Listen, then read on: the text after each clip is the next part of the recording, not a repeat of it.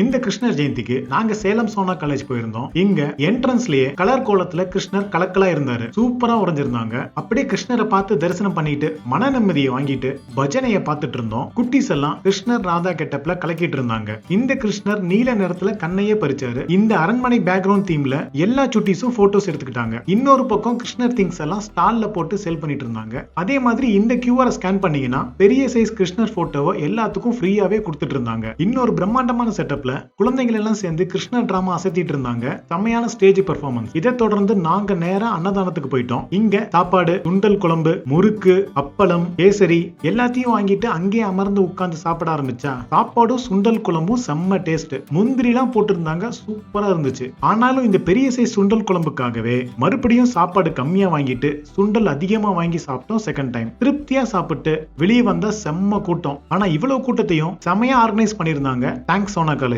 Happy Krishna Jayanthi all. நீங்களும் சேலம் சோனா காலேஜுக்கு வந்திருந்தீங்கன்னா comment பண்ணுங்க.